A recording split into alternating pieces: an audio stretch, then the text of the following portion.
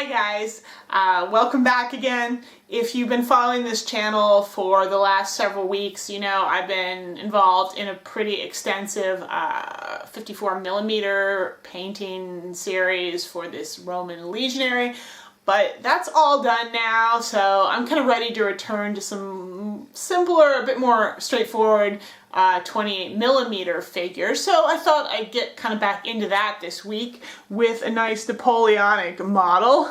This one is a Bavarian from Wargames Foundry. I've had this set of Bavarians kind of kicking around for a while. They are a little bit different than the standard sort of things you see. This set is kind of foraging soldiers, so they're like chasing chickens. This guy's carrying firewood. You know, you've got some other guys with you know like pigs and gathering water, different stuff like that. And they're just really neat, characterful, neat face sculpts. Just doing something a little out of the ordinary, which I, personally find a lot more sort of inspiring, I guess, to paint than just when you've got, typical marching or whatever type soldiers. But that being said, the uniform this guy is wearing is sort of a very typical Bavarian type uniform. And so, if you're just going to be doing guys who are firing or in marching formation or whatever, this tutorial should just be kind of equally useful for you. So as always, I'm starting off with here a shot of all the colors that you are going to need to paint this model. Of course, this does not include whatever you use on his face and hands. You can see there's quite a few colors here, and that's just because this is a fairly colorful uniform, and there's a lot of equipment and other sort of accessories and things going on with this model, so we just need a lot of colors to do everything that we need to do here. I'm going to start out by painting his jacket first here, and the Bavarians, of course, are known for this sort of pretty kind of cerulean cornflower blue color for their uniform. I'm making the base coat here with a mixture of vallejo Prussian blue and vallejo sky blue. I don't know if it's 50-50, maybe a little bit on the darker side of that.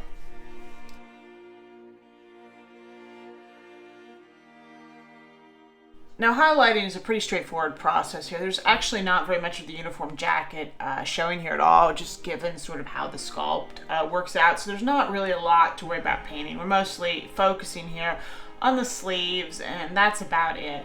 And to make highlights, all I'm really doing here is just gradually adding more and more sky blue in the mix, and I'm just going to kind of keep highlighting all the way up until I get to pure sky blue, though just be a little bit careful with your top highlight. You don't put too much of it on or go too heavy because you want the jacket to look, in general, just a little bit darker than just sky blue on its own.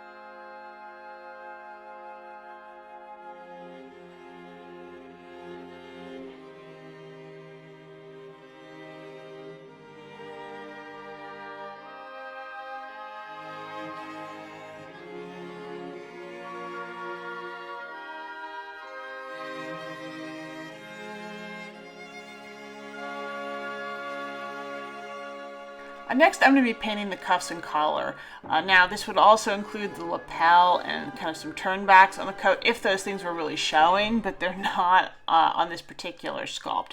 Now, this color, there are some variants. It's not always red necessarily, but most of the time this trim is going to be red on the most sort of common uniform variant. So I'm base coating these areas first with vallejo black red.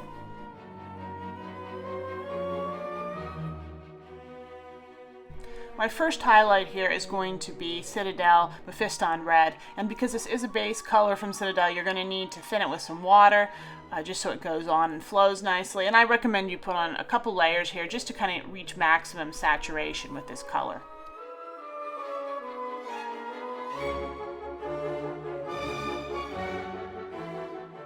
The next highlight on the red then is going to be some Citadel Evil Sun Scarlet. This is a layer color though, so you won't need to thin it down as much, but I'm doing the same thing. I'm going to apply a couple layers of it just to reach kind of maximum saturation and, you know, just get a nice intense red shade on these trim areas.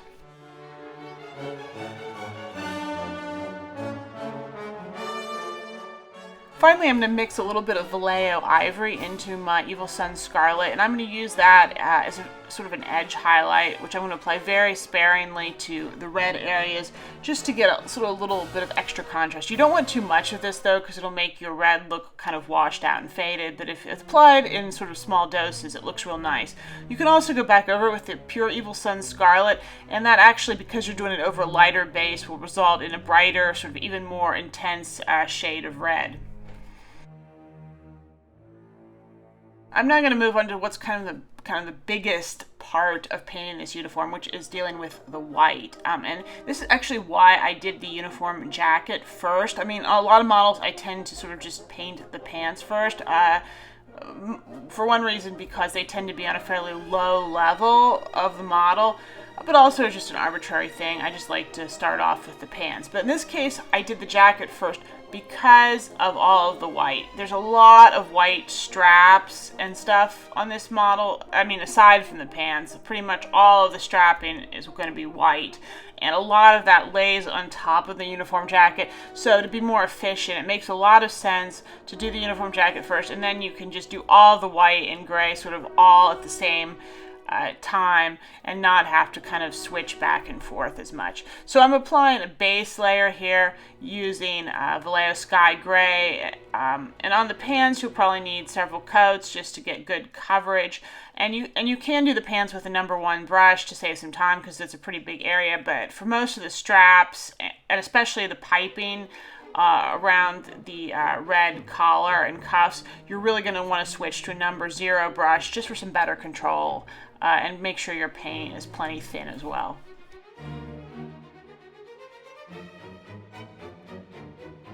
I'm then going to go ahead and start highlighting with a mixture. It's about 50% sky grade, 50% white. Again, pretty thin here. I'm going to just start building it up in layers. It's like all kind of whitish, grayish paints. It's pretty transparent, so you can really build it up quite a bit, the same color, and get lots of sort of degrees of contrast and shade variation, which I really like, just being able to do that with just a few colors. And the pans particularly, you're going to want to spend a lot of time on, just because they're big areas, they really stand out. And you know, you really kind of will get a lot of value out of building up a lot of layers of color here. As for all the straps and the sort of bits holding this equipment, you can afford to take a little bit less time there. You don't need to build up so many layers with this sort of intermediate highlight. And in fact, if you were in really kind of rushed, you could probably, on the strapping particularly, just skip right to the white highlight layer. But that's kind of up to you. I went ahead and used the intermediate highlight here, but I will admit that I spent most of my time really working on the pans, because that's where all the highlighting is really going to kind of show up and make the biggest difference.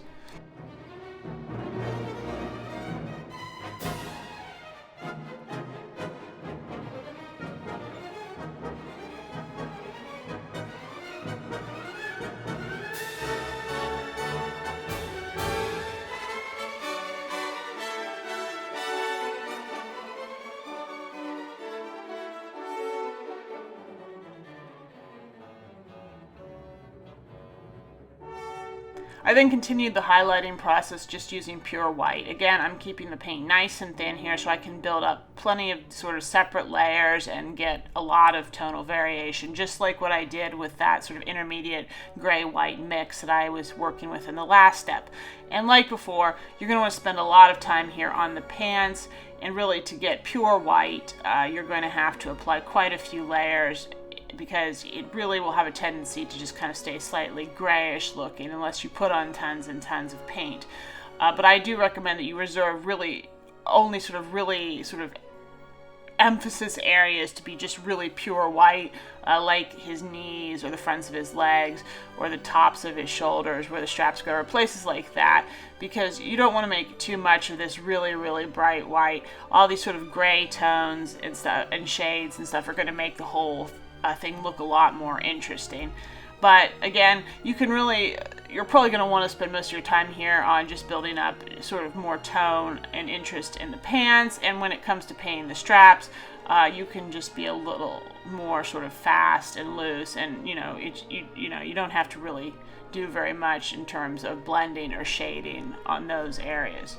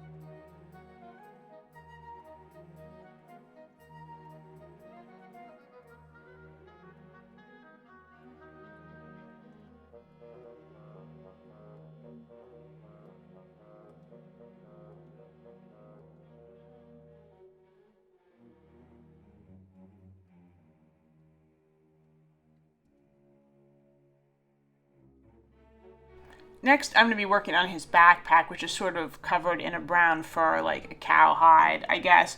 My base coat on here is going to be Vallejo chocolate brown, and then I'm going to highlight it with a sort of a mixture of chocolate brown and saddle brown, kind of 50-50, I guess, and then just build up from there to pure saddle brown.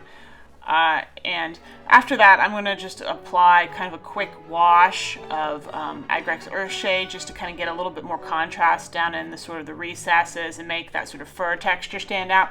And then finally, I'm going to grab some ivory again and use that to lighten up my saddle brown color. And I'm going to use that to sort of do a final highlight, especially along sort of the seam bindings on that backpack along the edges, and just to emphasize a few kind of extra loose hairs and stuff, get a little bit of highlight going. You can make a couple tones of this. I made one mix that had a little bit more of the ivory in it to get a really, really bright edge highlight, and then I had one with a little bit less that I used more for just sort of picking out a few of the hairs and getting a little bit more variation in the fur texture.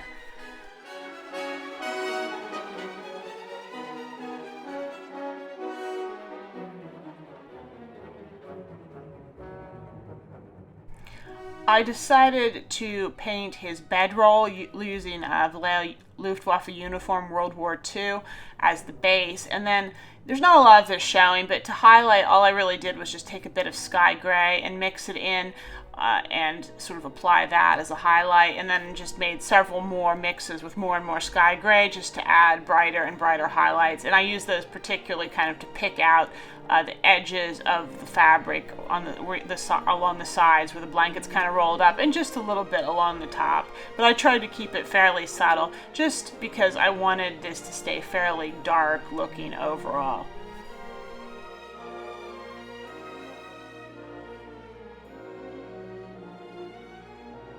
Now I'm going to be base coating all the black, kind of gray leather areas on this model, and there are quite a few. Those include his shoes, his sword and bayonet scabbard, his patch box, his hat, and some various other things. I think I base coated the kettle as well and his water canteen using the black.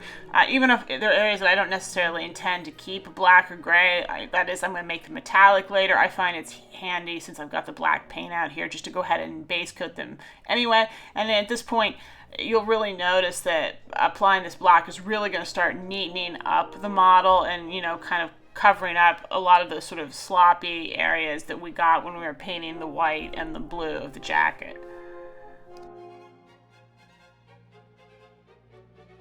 My first highlight in all the black areas is going to be some Vallejo German gray here. I think actually when I applied this, I hadn't shaken the bottle very well, so it ended up going down kind of shiny and a little bit darker than German gray normally is.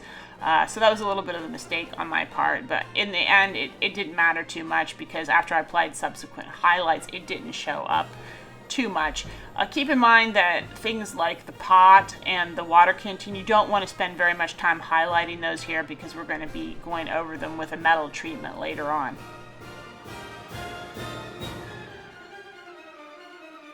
I then proceeded to highlight the black leather areas further by adding sort of progressively light highlight shades, which I made by mixing sky gray into my German gray and just kind of carefully building that up. And I'm making sure the steps I take here are pretty small, so I'm not making really bright gray, light gray shades right away. I'm going very, very gradually so that we get a nice subtle look. And it's not, it's just not too light. And you really want to keep those sort of lighter gray highlight shades, particularly for emphasizing shiny areas like on sort of the toes of the shoes and sort of edges and along the sides of the patch box, stuff like that. You probably don't want to highlight your hat as far. You want to keep that a little bit darker. And anyway, at least I wouldn't recommend putting quite such light gray highlights on there because the light gray tends to give the surface a little bit more of a shiny look. And I think while it looks good on the shoes and the scabbards and the other leather areas of the figure, when applied sparingly, of course, as an edge highlight, it's not like quite as good on the sort of the larger surfaces of the hat.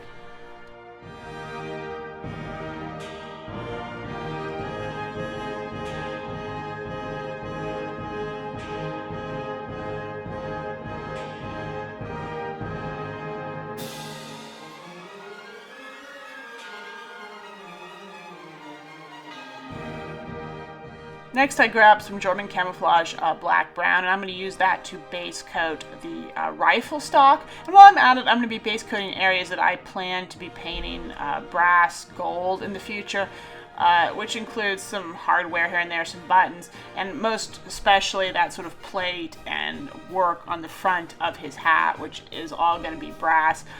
You wouldn't really have to do this now, but since I already had this color out and I was working on the gun anyway, I thought I would do it just to kind of make sure I had a nice foundation to work from later on.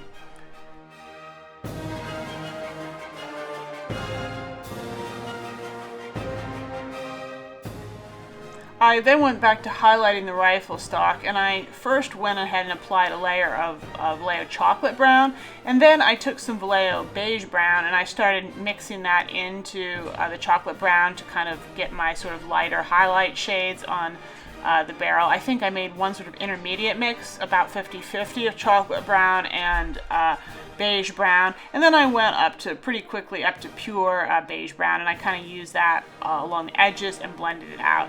And then I finished up just by grabbing a little bit of ivory and adding that into my beige brown and applying that just as an edge highlight sort of on certain areas to kind of give the wood a little bit of a shiny look.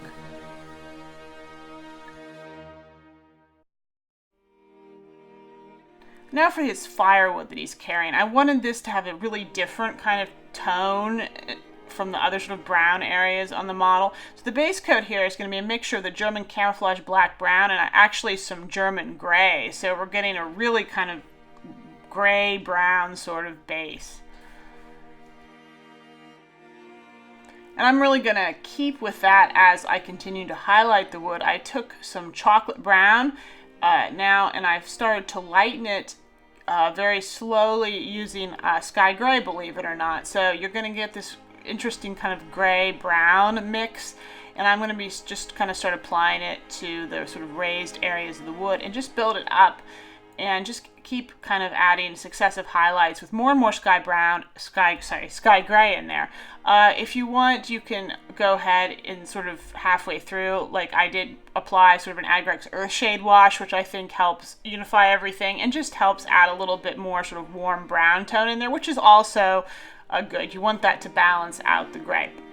And I just kept highlighting here with the sort of gray-brown tones up to almost pure sky gray by itself, which I applied kind of lightly to some sort of really sort of high bright areas on the wood. And you want to kind of just have some sort of variation of tones in the wood because that's kind of what like logs and wood and stuff tends to look like.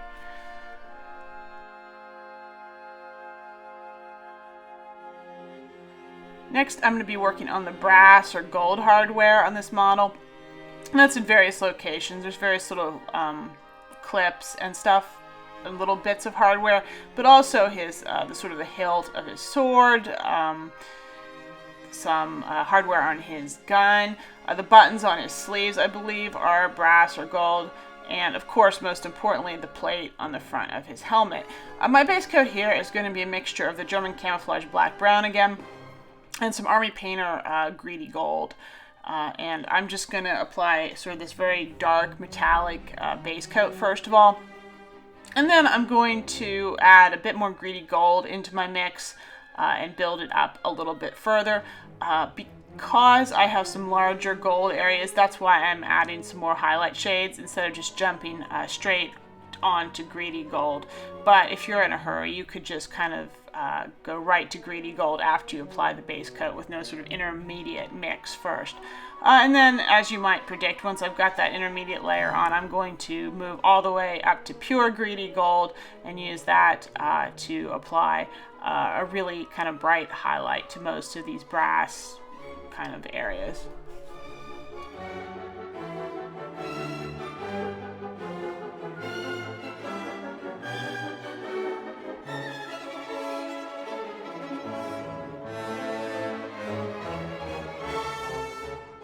Now for the steel areas, I made a base coat here that's mostly German gray, but with just a little bit of vallejo air gunmetal in it. This is going to be used as a base coat on that cooking pot and also his mess tin, but also on the hardware and barrel of the gun. And just a few other places here and there where there's some hardware that needs that sort of color.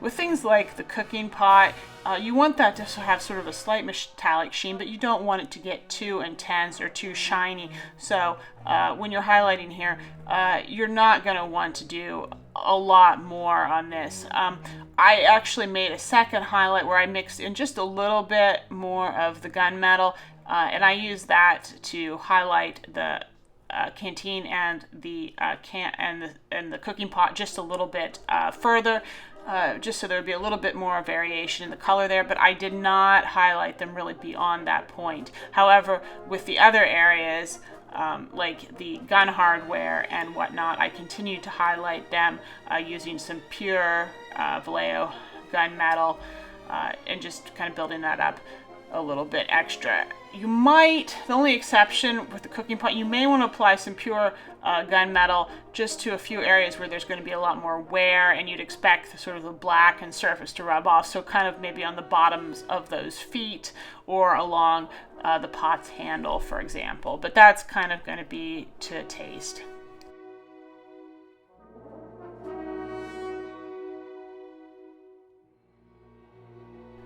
Then I grabbed some Vallejo Air Steel, and I first mixed a bit of that into the greedy gold to get a sort of a really bright highlight, which I applied very sparingly and very thinly to some of the gold areas just to get an extra shine. That was particularly relevant for the plates on the hat and just here and there on the hardware, just a very small touch. I also used a little bit more pure Vallejo Air Steel to highlight his bayonet a bit more because I figured that'd be really shiny and bright. The final thing I did was to paint the plume on the top of his hat, and this is also sort of black, but I wanted to have a slightly different tone than the rest, so I took some of my Luftwaffe uniform World War II and mixed it into my German gray to get a slightly more blue-gray tint, and I used that to paint the feathers or plume or whatever it is, and I highlighted all the way up to pure the pure blue shade almost, and over the gray it doesn't really show that it's that blue. And I finished off then with a careful Nuln oil wash, especially along the base, just to tie everything together and make sure that the blue didn't come over too intensely. Okay, so here's our finished Napoleonic era Bavarian infantryman who's out foraging, collecting some wood for our campfire, presumably. I like how this model turned out, though I have to admit I think a lot of that is actually down to his face. It really is a brilliant facial sculpt. It makes for such a fun interesting figure, and I think, you know, I think that's really the thing that brings this whole thing to life. And in fact, this whole set from Foundry, I really highly recommend it. It has some other really neat, funny figures in it, and so if you want to sort of supplement your army, this is a really great one to pick up, and you'll have a lot of fun painting all of them. This one was great, but the others are really cool too, and I might just paint them sometime in the future just because I think they're so much fun. And otherwise, yeah, this did not really take me all that long for Napoleonic, despite the large amounts of equipment we're dealing with here, largely because so much of this model is white. So that actually saved a lot of time, not having to deal with a lot of different colors. And if you want to make this a little bit more interesting, you could consider varying the tone on the pants, for example, by using deck tan, for example, as your base instead of the sky gray. And then you can just get a little bit more variation in there. But if you want to be a little speedier, you can just do the whole thing in the same tone. And as you can see, that works really well.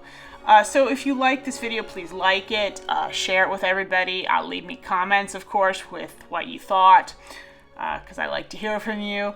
And be sure, of course, to subscribe to the channel if you haven't gotten a chance to do so already, so you can keep up with all of my latest painting tutorials. So that's all for now, and I will see you next time.